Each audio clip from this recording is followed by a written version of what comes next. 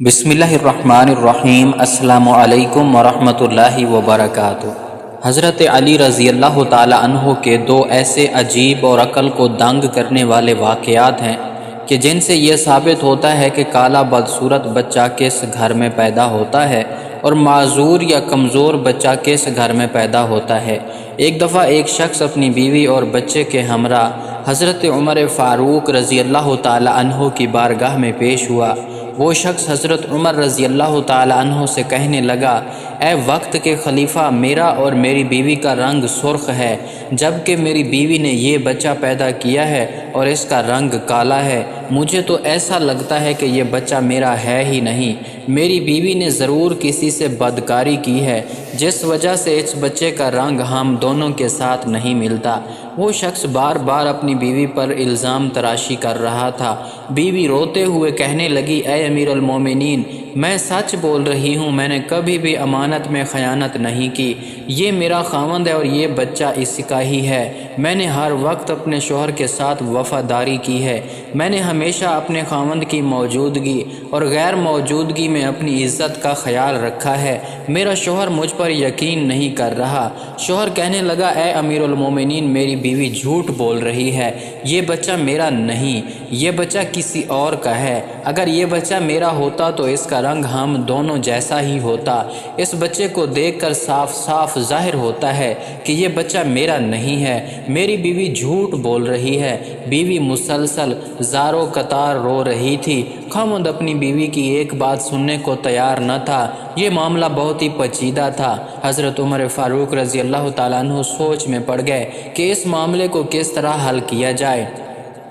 حضرت عمر فاروق رضی اللہ تعالی عنہ نے سوچا کہ کیوں نہ اس معاملے میں داماد رسول حضرت علی شیر خدا سے مدد لی جائے۔ حضرت عمر خاوند، بیوی اور اس کے بچے کو ساتھ لے کر حضرت علی رضی اللہ تعالی عنہ کے پاس تشریف لے گئے۔ انہوں نے حضرت علی رضی اللہ تعالی عنہ کو سلام پیش کیا۔ حضرت علی رضی اللہ تعالی عنہ نے سلام کا جواب دیا۔ حضرت علی رضی اللہ تعالی عنہ نے دریافت کیا کہ اے عمر رضی اللہ تعالی عنہ، کیسے آنا ہوا؟ حضرت عمر نے فرمایا، اے علی، ہم یہ مسئلہ پوچھنے کے لیے آپ کے پاس تشریف لائے ہیں۔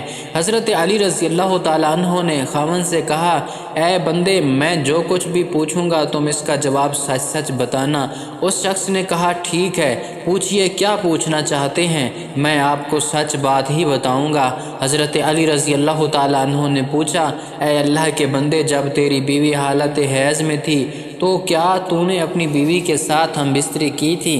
یہ سوال سن کر آدمی نے کچھ لمحات کے لیے خاموشی اختیار کی اور پھر کہنے لگا، ہاں، یہ بات سچ ہے، میری بیوی حالت حیض میں تھی تو میں نے اپنی بیوی کے ساتھ ہم بستری کی ہے۔ حضرت علی رضی اللہ تعالی عنہ فرمانے لگے، اے بندہ، یہ بچہ تمہارا ہی ہے، بلا وجہ اپنی بیوی پر الزام تراشی نہ کرو۔ جب تو نے بیوی کے ساتھ حیض کے دنوں میں ہم بستری کی تو تیرا نطفہ تمہاری بیوی کے سیاہ خون کے ساتھ مل گیا، جس وجہ سے بچے کا رنگ سیاہ ہو گیا۔ اگر تم بیوی کے ساتھ حالت حیض کے دنوں میں ہم بستری کرو گے تو بچے کالے اور بدصورت ہی پیدا ہوں گے۔ اے شخص، آج کے بعد یہ بات اپنے ذہن میں رکھ لو کہ حدیث اور قرآن میں حیض کی حالت میں ہم بستری کرنا حرام اور سخت گناہ قرار دیا گیا ہے۔ اگر کوئی بندہ اس بات کا علم رکھتے ہوئے بھی اپنی بیوی کے ساتھ ہم بستری کرتا ہے تو اللہ تعالیٰ ایسے بندے سے سخت ناراض ہو جاتا ہے اور وہ بندہ جلد ہی اللہ کی پکڑ میں آ جاتا ہے۔ اب ہم آپ کو بتاتے ہیں کہ معذور اور کمزور بچے کن گھروں میں جنم لیتے ہیں۔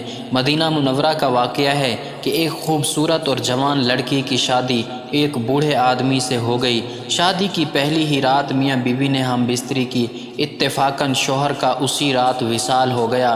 دلہن حاملہ ہو چکی تھی۔ جب بیوی نے بچے کو جنم دیا تو لوگوں نے اس لڑکی پر طرح طرح کے الزام لگانا شروع کر دیے کہ اس کا میاں تو پہلی رات انتقال کر چکا تھا، اس لڑکی نے جس بچے کو جنم دیا ہے وہ بچہ ضرور حرام کا ہے، اس کے خاوند کا نہیں، کیونکہ وہ تو پہلی ہی رات مر چکا تھا، پھر یہ بچہ کیسے پیدا ہو گیا؟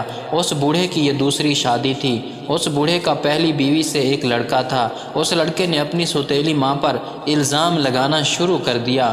وہ کہنے لگا اس عورت نے کسی کے ساتھ زنا کیا ہے، یہ بچہ میرے باپ کا نہیں، یہ بچہ حرام کی اولاد ہے۔ اس الزام میں پیش سوتیلا بیٹا تھا، کیونکہ وہ چاہتا تھا کہ کس طرح دنیا والے یہ مان لیں کہ یہ بچہ میرے والد کا نہیں ہے، بلکہ اس عورت کا حرام کاری کا نتیجہ ہے، تاکہ والد کی ساری وراثت کا حقدار میں ہی ٹھہروں، کہیں یہ بچہ میرے برابر کا شریک نہ ہو جائے۔ اس وجہ سے بوڑھے کے بڑے بیٹے نے اپنی سوتیلی ماں پر الزام تراشی کی کہ میرا باپ تو شادی کی پہلی ہی رات مر گیا تھا، یہ بچہ کہاں سے آ گیا؟ دیکھتے وہ بچہ 4 سال کا ہو گیا اور چلتا پھرتا یہ معاملہ بھی قاضی کی بارگاہ میں پہنچ گیا۔ بوڑھے کے بڑے بیٹے نے قاضی سے کہا کہ اے قاضی محترم جناب، میرا باپ تو شادی کی پہلی رات ہی مر گیا تھا، یہ بچہ میرے باپ کا نہیں ہے۔ اس عورت سے پوچھا جائے کہ یہ بچہ کس کا ہے، میں اس بچے کو اپنا بھائی ماننے کو تیار نہیں ہوں۔ سوتیلا بیٹا کچھ گواہوں کو بھی اپنے ساتھ لے کر آیا تھا۔ گواہوں نے بھی یہی گواہی دی کہ اس کا باپ تو پہلی رات ہی مر گیا تھا، یہ بچہ اس کا بھائی نہیں ہے۔ یہ باتیں سن کر قاضی کو یقین ہو گیا کہ یہ بچہ عورت کی بد چلنی کا نتیجہ ہے۔ چنانچہ قاضی صاحب فیصلہ کرنے ہی والے تھے کہ حضرت علی رضی اللہ تعالیٰ عنہ عدالت میں تشریف فرما ہوئے۔ جب حضرت علی رضی اللہ تعالیٰ عنہ نے یہ سارا قصہ سنا تو حضرت علی رضی اللہ تعالیٰ عنہ نے بڑے بیٹے سے سوال کیا، اے بچے، یہ دونوں میاں بیوی کتنا عرصہ اکٹھے رہے تھے، اور جس بچے کو تم اپنا بھائی ماننے کو تیار نہیں ہو وہ بچہ کہاں ہے؟ بڑے لڑکے نے جواب دیا، اے علی رضی اللہ تعالیٰ عنہ، وہ بچہ اس وقت ہمارے پاس نہیں ہے۔ حضرت علی رضی اللہ تعالیٰ عنہ نے کہا کہ تم کل اس بچے کو اپنے ہمراہ یہاں لانا، کل انشاءاللہ تمہارا فیصلہ ہو جائے گا۔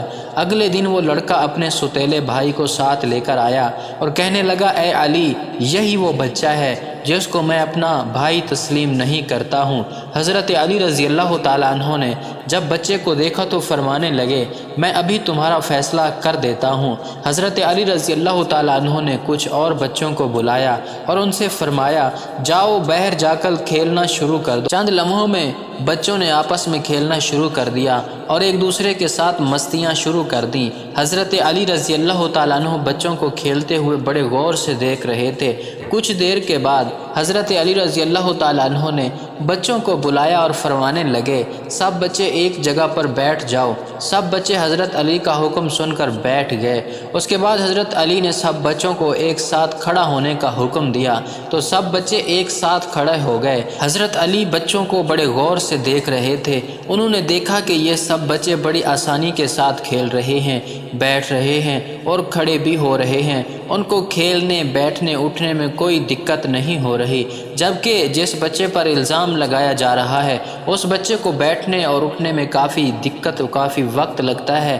آپ رضی اللہ تعالیٰ عنہ نے فیصلہ یہ سنایا کہ یہ بچہ اسی بوڑھے شخص کا ہے، کیونکہ اس بچے میں کچھ کمزوریاں ہیں جس کو دیکھ کر یہ ظاہر ہوتا ہے کہ یہ بوڑھے باپ کا ہی بچہ ہے۔ باقی سب بچوں کو کسی قسم کی دقت نہیں، وہ بآسانی چلتے ہیں، اٹھتے ہیں، پھرتے ہیں، کھیلتے نظر آ رہے ہیں، کیونکہ ان میں کوئی کمزوری نہیں ہے، کیونکہ وہ جوان باپ کی اولاد ہیں۔ اللہ پاک ہم سب کو صحت مند اور خوبصورت اولاد سے نوازے، آمین یا رب العالمین۔